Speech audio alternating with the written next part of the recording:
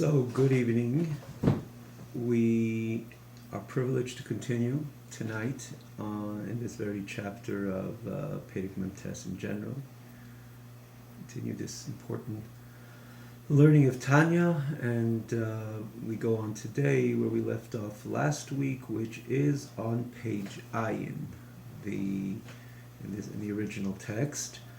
That is just corresponding to page 148. We're holding 1, 2, 3, 4 lines from the top.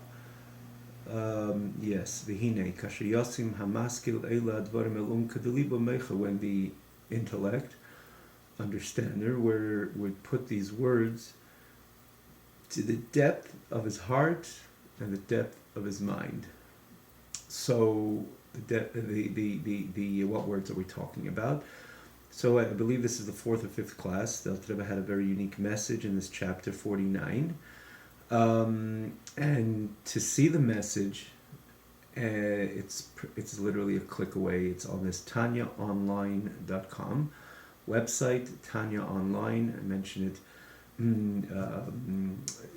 time and again, namely for the newcomers, but to see also just the point that we don't have to take the time in this class to recap in detail the previous class, the previous message, in order to get the flow, because it's literally a click away. And the classes come up in the very same fashion, easy to follow. There's a separate scroll bar, as you notice, of for the text, and so you could easily follow. So, in general, this is a message with Alter Rebbe in this chapter. It's a revolutionary message, even although I might use this term in many chapters, but justifiably, because every chapter is another revolutionary message. And but this is very indeed unique. This is unique, its own style, Perek Mem-Tes.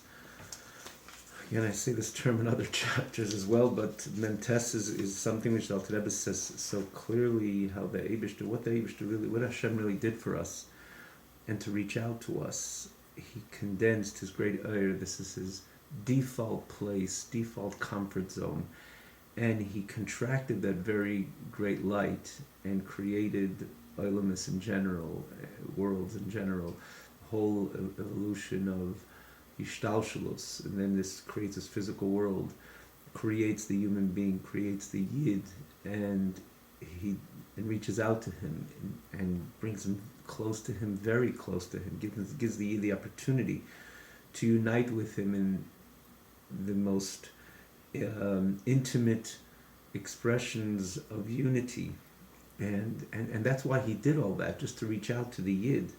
Again, the terminology and the explanation and that clarification which Alter Rebbe presents in Perek Mem-Tes is so much. There's room for celebration, but this is really the message. We ought to celebrate it, but not only to celebrate it, to reciprocate in this fashion, the same fashion, is generally the message. But again, the Alter Rebbe brings it home over here with today's class, which is towards the end of the chapter. I'm not sure if we'll be able to finish the chapter today. With Alter Rebbe brings this message that we have to reciprocate. We should reciprocate in the very same fashion. Again, to leave our comfort zone, because Hashem did that because He loves us so much. Ava deichekes es habosar, as we explained again based on the Gemara. And Alter Rebbe Hashem did the irrational just to come close to us, something which doesn't make sense, but nonetheless, because of His great love, He did all that, and therefore, in return, we are meant to do the same, to leave our comfort zone irrationally and cleave to Him, connect to Him, adhere to Him, and so on and so forth. So, see how, again, it's worthwhile, especially newcomers, to just see the message in this chapter, and that obviously the appreciation of today's lesson will be more of a genuine appreciation to today's class, today's lesson. So we'll go on, Vihine Kasher Yasim, like we just began, when the intellect will put these words to the depth of his heart and the depth of his mind. Azai, and then, Memela Kamaim Aponim Leponim, the reciprocation will be instinctive, the reciprocation will be similar to that instinctive and that quick and that swift, similar to the way the mirror reflects one's presentation at the mirror, which in the terminology or the examples used by Shlomo Melech, kamayim aponim, like tranquil waters reflect the same face that you present in the tranquil waters, which is the mirror idea. Kamayim haponim liponim, like waters reflect the face of the same face which is presented in front of those tranquil waters. How long does it take the water to shoot back, so to say, the same image? It's instantaneously. It's instantaneous, and it is, which is rather the better said, instantaneous, and doesn't. It's not a matter of time. Just the image which is placed in front of the mirror, that's the image which would reflect back. And when Hashem establishes a particular image, and again an image which is expressed by overwhelming love and is predicated on overwhelming infinite love to the Yid, and as such he acts upon this love, and again in such an irrational manner, the love pushes him over the edge, so to say, to do the irrational. So too, memela, consequently, our reaction has to be instantaneous, instinctive, and instantaneous. To him, to leave our comfort zone and be driven to Hashem irrationally. Tislahit nafshay v'tislabish beruch nediva. His soul will engulf in a flame naturally of drive, of love, of aspiration. V'tislabish beruch nediva, and it will invest in a spirit of giving. In this case, lisnadev, to one volunteer, to give himself, to devote himself in a spirit of devotion, an equivocal devotion, lisnadev lahaniach v'laziv kol hashalei, to let go and to leave everything which is to him, literally translated, everything which would be, he would feel that it is pertinent to him, but leave that mineged, leave that at once on the side. V'rak ledovko ba'yizbarich. In other words, the simple drives that a person has doesn't mean, as we mentioned time and again, doesn't mean bad stuff. It doesn't mean stuff which have no significance or meaning at all. But if it doesn't have a godly content, one would really appreciate this whole message. The reciprocal sensation the person would have is not to do this, that, the other, and I'll turn to you, Hashem. Just let it all go. I just want Hashem.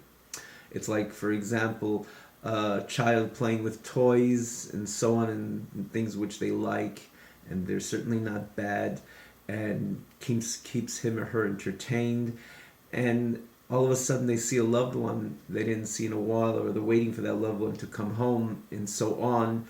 They just don't do something else with a toy or bring the toy with them. They just drop it and they just run to their loved one, as it's so evident. Or sometimes a child is in an amusement park and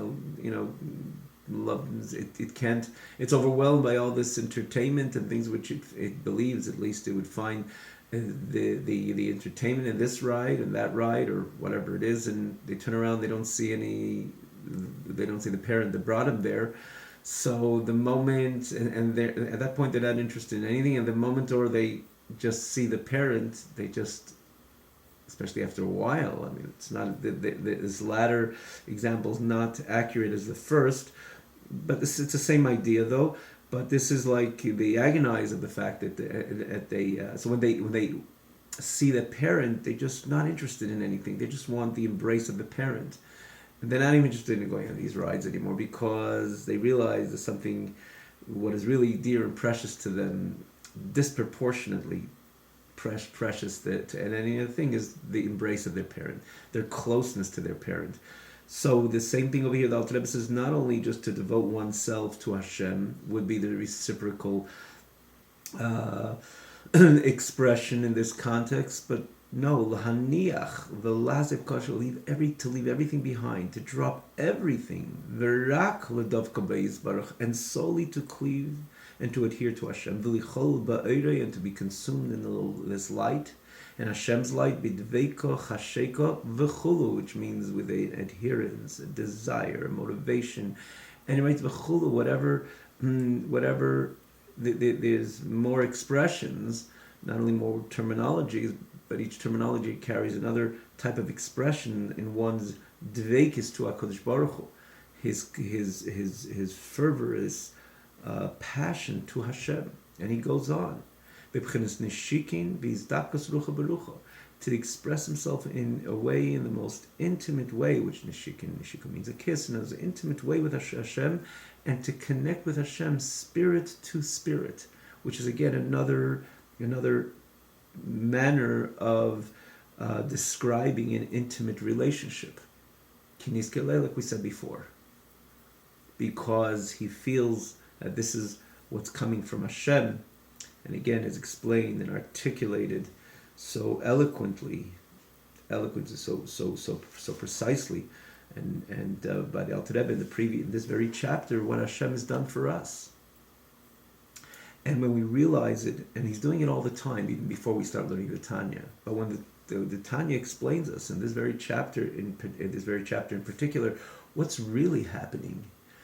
It's like somebody is helping someone out, and they find this default, even though there's always a recognition. And it's because of him. That's why I'm able to maintain a normal life and so on and so forth, and always a thank you and a recognition, which would be like the Baruch Hashem and so on. But then you find out that this individual not only just makes an effort to cross the world for you every single day, but is just out of his way, out of his natural interest, not because he doesn't care, he's insensitive to you as a human being, but everything about him, his whole posture is in a total different direction. And every day he makes that effort to turn everything around, things which are so unnatural to him. Let's say chas v'shalom, someone can't walk, and he crawls on his feet to bring you that package of a few $100s every day. And he has even limitations on his hands, so he does it in a way that with all his might, and despite his limitations on his movement of his hands, chas v'shalom, Rahman Islam, and he does it every single day. Then you realize that's a different story. Your whole attention is to him on a constant basis. Every day you're doing all that so opposite from your very nature, and it's difficult and so on. You're doing it every day for me. The only attention the person has, the only thing he has in his mind and his heart is that individual, and he's overwhelmed on a daily basis what that individual is doing for them. As Alter Rebbe says, the nature, so to say, you can't call it nature, because nature is a creation of Hashem, but by default, Hashem, this is just doesn't make sense.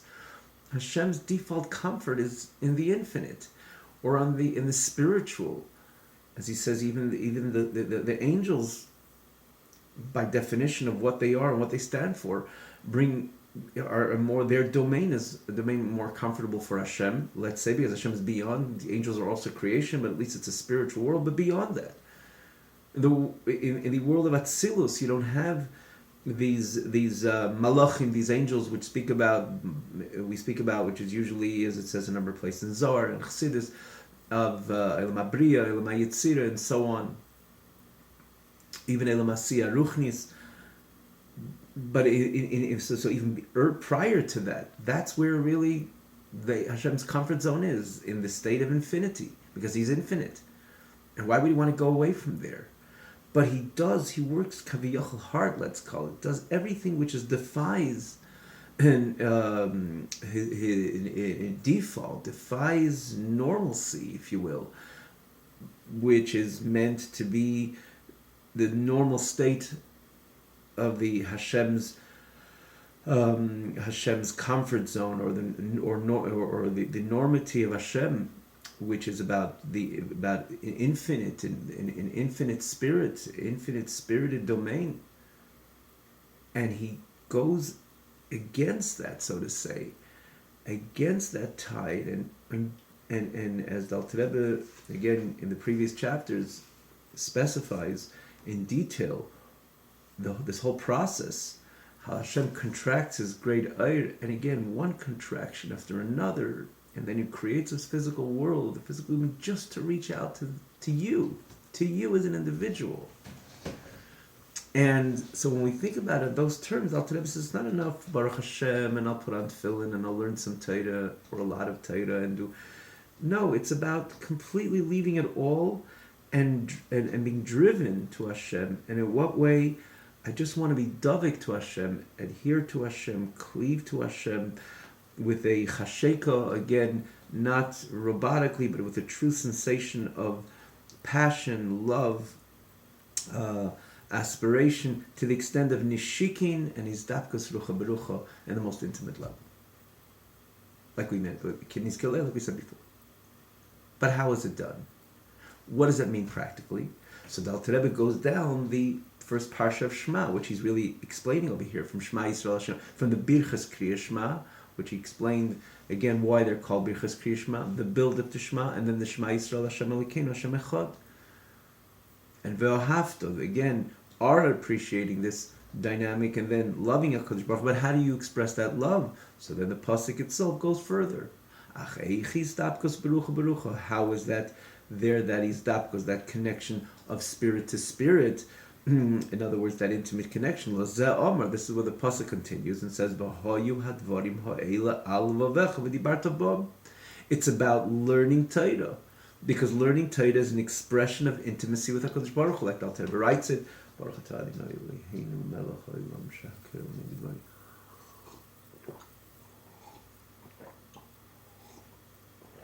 the Alter Rebbe himself, generally throughout the Tanya, demonstrates the superiority of Limud Torah over even Kima Mitzvahs in general.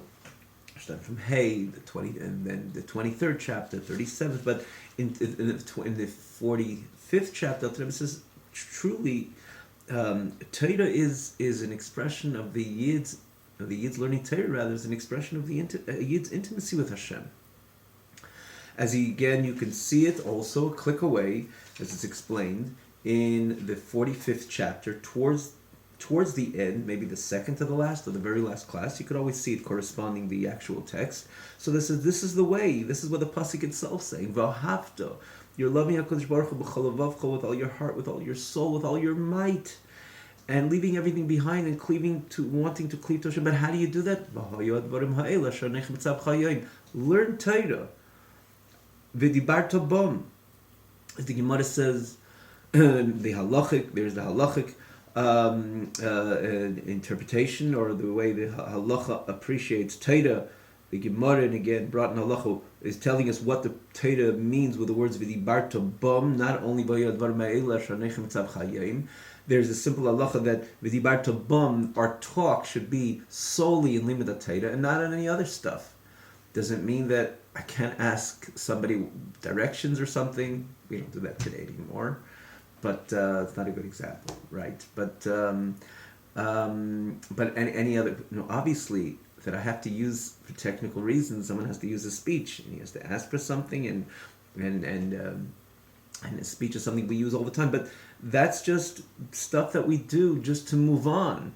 But our real dibur, in other words, our talk, if we have the opportunity to talk, it has to be in limud Torah, which is again this halacha which coincides with this idea of the Yid, because it's an expression of the fervorous love you have with HaKadosh Baruch Hu, so you always want to be connected to HaKadosh Baruch Hu, so you're not talking anything else. It's not because someone's standing over you with a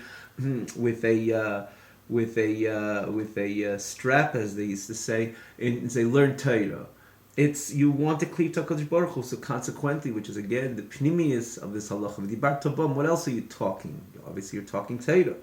V'dibar tabam, and v'lei b'dvarim acherim, which is again his idea la'aniach v'lazi, but this is beyond that, and this is the again in this context, it's v'dibar tabam, to learn Torah, because Torah is about an expression of intimacy with HaKadosh Baruch Hu. Like it says in Eitz Chaim, which was the Sefer of Reb Chaim Vital, the famous Talmud disciple of the Arizal. He writes there, Yichud Anishikin, Ikru Yichud Chabad B'Chabad, the true intimacy. And again, Nishikin has the translations from Lashon Nishika, which is a kiss, is namely about the union of Chabad, my intellect, with Chabad, with Hashem's intellect. And he explains it there also, that the true yichud of Nishikin is because there is the Chabad b'Chabad.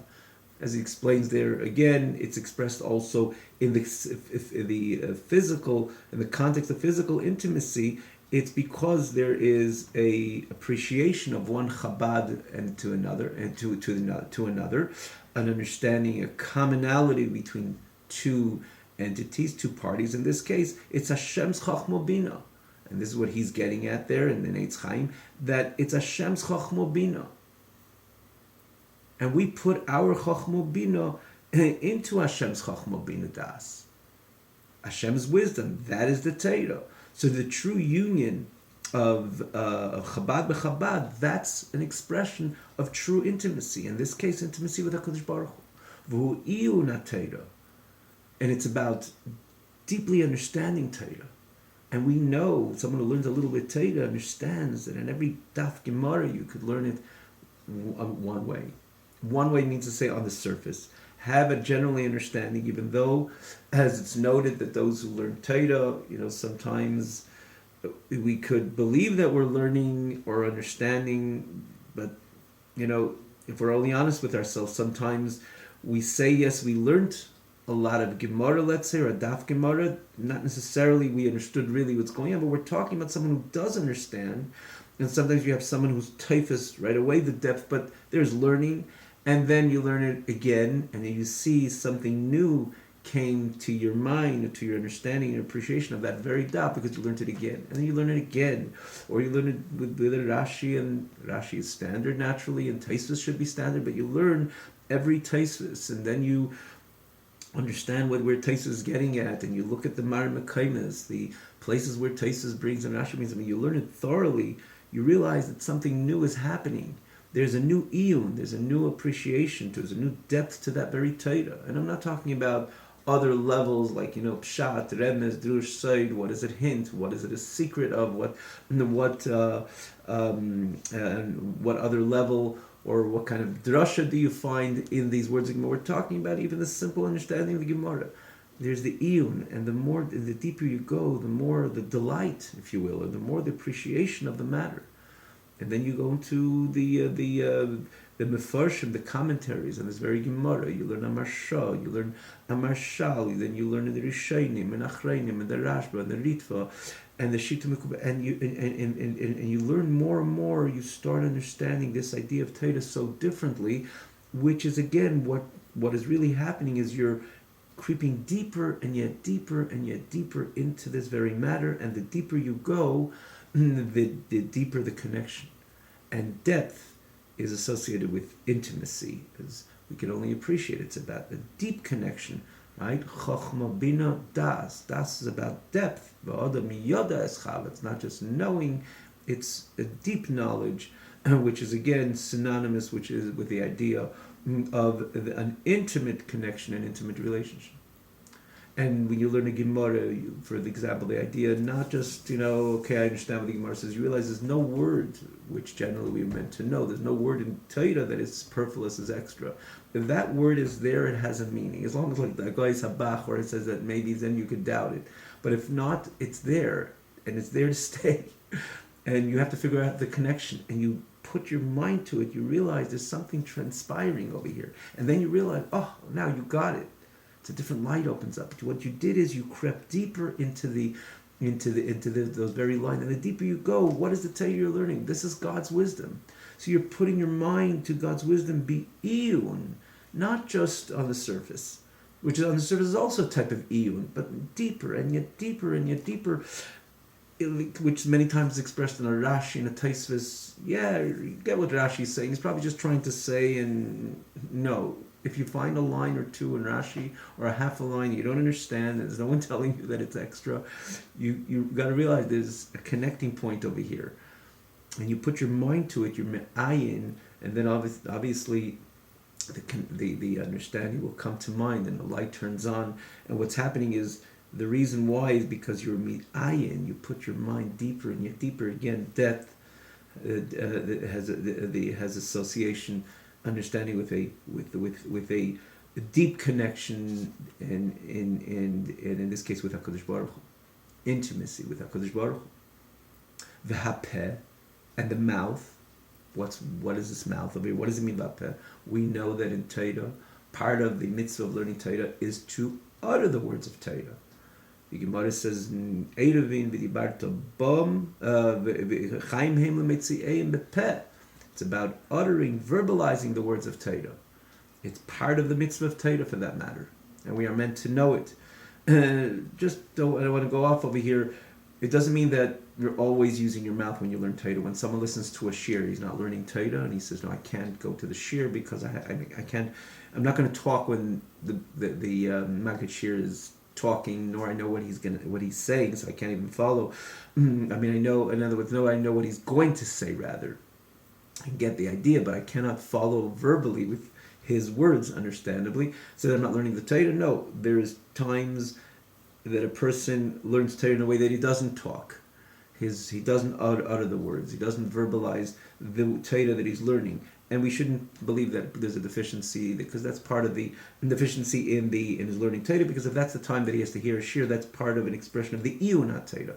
But there's the Rebbe actually, in one of the ha'aris in a Maimer, he clearly compartmentalizes the different dimensions in Torah. There's the limud Torah, and then there's the mitzvah of limud Torah, and there's Talmud Torah on its own, which is namely about iyun, about depth, and then there is the mitzvah of limud Torah, the actual mitzvah, like you put on tefillin is a mitzvah, putting on mezuzah is a mitzvah. So the mitzvah of limud Torah is about the importance of chaim heim lemitzi'eim bepeh. It's an integral part of the mitzvah of learning Torah is to utter the words. Which that's the way we learn. We open a Gemara, even the Chavrusa Amar Abaya, and we say together, and we learn it because it's very important. Because it's not you go into Beis HaMedrash, I won't suggest think that Torah is about iyun. I think it would be more like a library image, but it's not. Everybody is learning loud because this is an integral part of the mitzvah, is to utter the words of the Torah that you're learning. So that's the combination. Again, the Rebbe has another interestingly, he says there's another dimension within the mitzvah itself. There's the limud, and then there's the agisa, in the learning Torah itself, and there's the limud, and then there's the higisa, which is more about the iyun.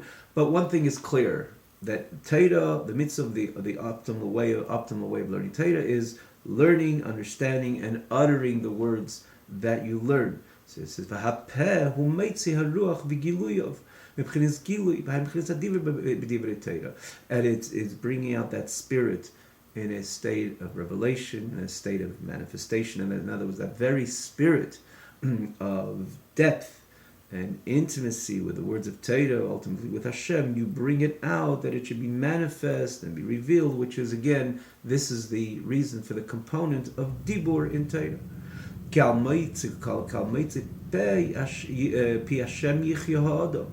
Which he's really saying, the Rebbe has also a very beautiful Pirush over here, is the Rebbe's understanding in this Perek, and again, based on the whereas you follow the original text, based on the dots over here, and how does the Mikol Makom and the subsequent Mikol Makom come in. So the Rebbe is saying over here that that man lives on the Moitza Pi Hashem. In other words, this is the Torah that Hashem did not just keep it inward, but Hashem revealed the words of Torah. And with this Yichya Ha'adam, with this the person lives. again, the way that Eivishter gave Torah by Matan Torah, Moitza Pi Hashem. It wasn't just Hashem, again, keeping it inside, but he expressed the energy of Torah outwards. Moitza Pi Hashem. This is referring to the Pi Hashem, and only then we're able to live. But that doesn't tell us yet that we're meant to as well utter the words of Torah. This tells us that the Torah was given in a way that Hashem revealed, which revealed His energy, revealed His Sha'ashuim, His delight, which is Torah, revealed Himself, the Anechi Hashem Alikecha, which really began by Matan Torah, formally began by Matan Torah, which was the Aseres Adibris. Hashem came out and He says Anechi Hashem Alikecha, and He gave us the Shabbos and the Kibud Ava'im and all the other 10 commandments, and then eventually Moitza Pi Hashem, He gave it all, the entire the Torah to us, and with this Yichya Adam we're able to live.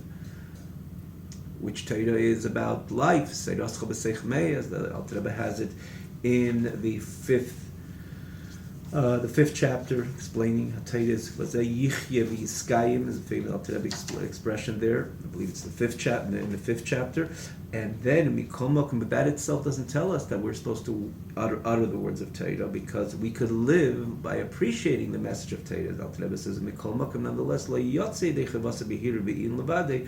You do not fulfill your obligation by thinking and in investing your mind in the matters of Torah, till you as well utter this on your lips, bring it out, emerge this energy, bring out this energy onto your lips, which is ultimately uttering and verbalizing the words of Torah. And the reason is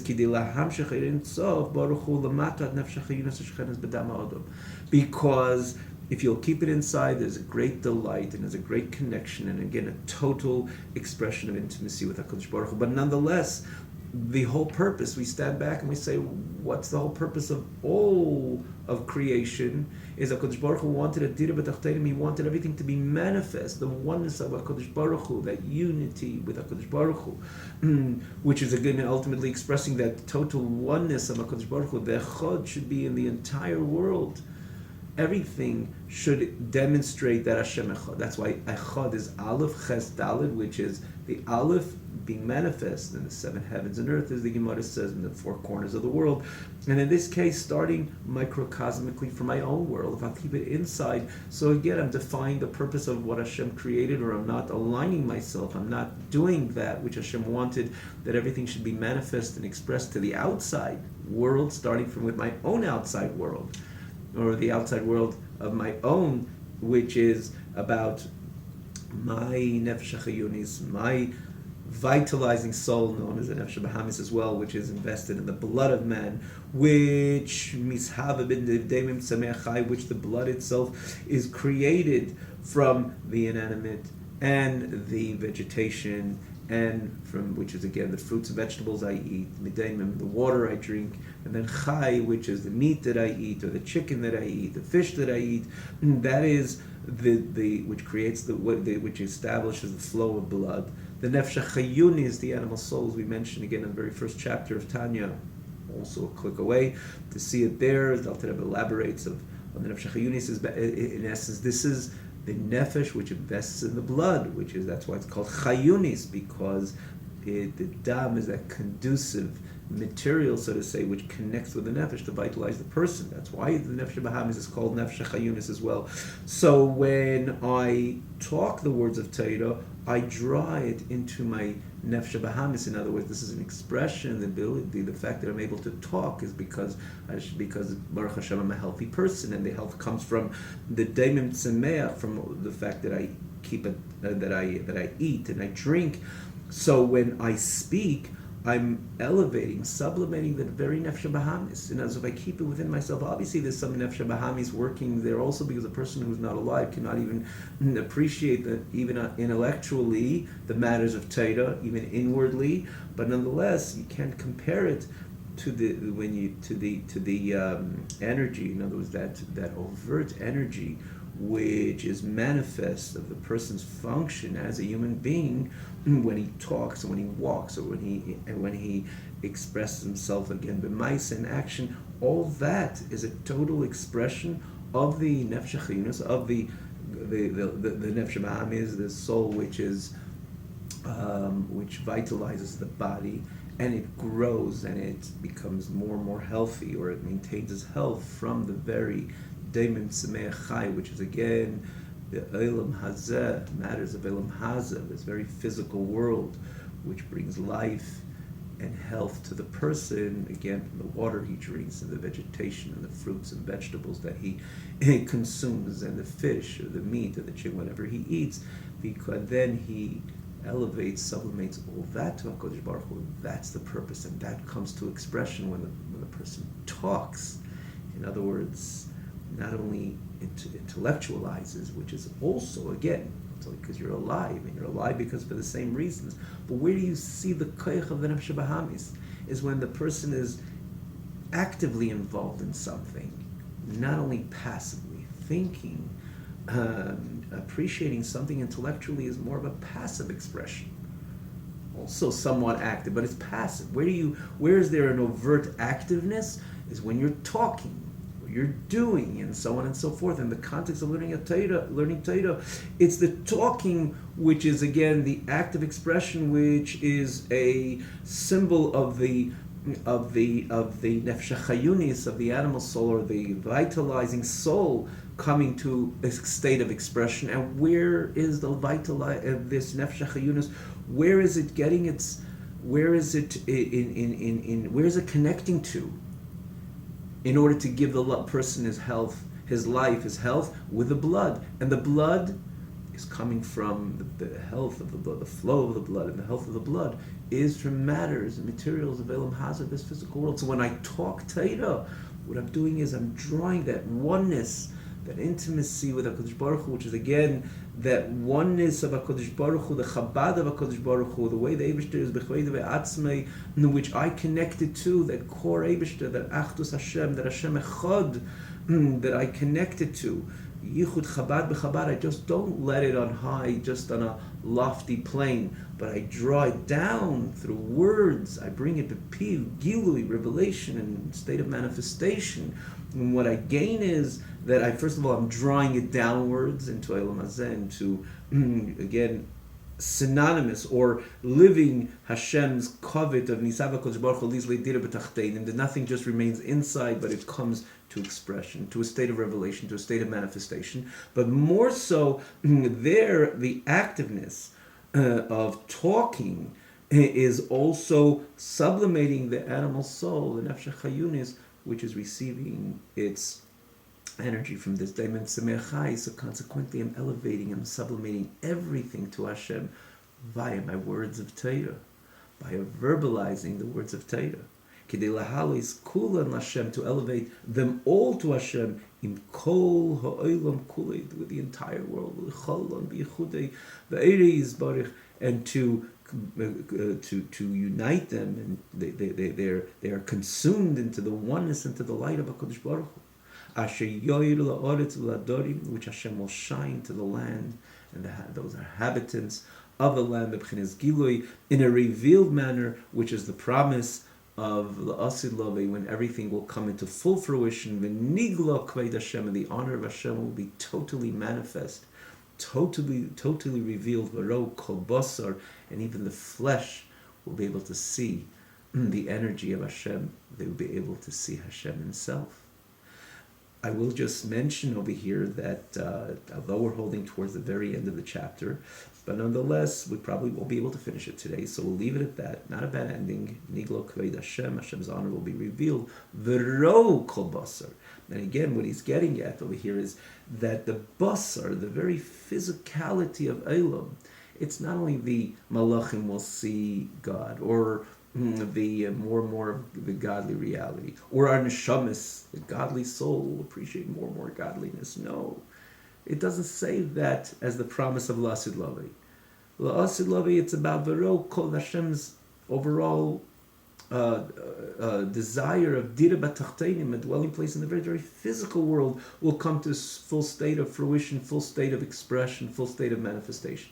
And that's why the pasuk doesn't say V'ro Kol Neshamis Yachta V'Ro Kol Basar, the very physical flesh will experience the godly reality. V'niglo kved Hashem, and the honor of Hashem will be revealed, which is in these psukim it says also ayin b'ayin. Alter Rebbe, for his reason, doesn't bring that the physical eye will see Hashem, but Alter Rebbe wants to say not only the eye, which is a sensitive limb, a sensitive organ, a sensitive limb, but even the basar, the very physical flesh. It'll be, godliness will be so tangible, if you will, that the physical flesh will be able to see and experience the reality of Hashem. So because, and as Alter Rebbe mentioned in Perek Lamed Vav, Lamed Zayin, that it's we bringing our Avodah leading to this yield, to the manifestation of these promises. And therefore, in our particular Avodah, we have to make sure that V'ro Kol Basar, that our physical flesh is part of the experience. Talking is the first step of the person going away from the way he's formed himself by himself to the outer layer, so to say, or to the outerness of himself. The basar, that's also supposed to experience the re'iyah, the vision, the appreciation of Elokus. And again, as he says, that because doing anything active is an expression also of the nefesh chiyunos, the nefesh bahamis, which it comes together with the daimon sameach chayin, it grows or the person becomes healthy because of this what he drinks and eats and consumes and so on. So that's part of Elam Haza. So in his own world, he's drawing the Achdus Hashem, the oneness of HaKadosh Baruch Hu, into his own basar, the flesh which made him healthy, which gives him the ability to talk. So everything is sublimated to HaKadosh Baruch Hu. Have a wonderful night.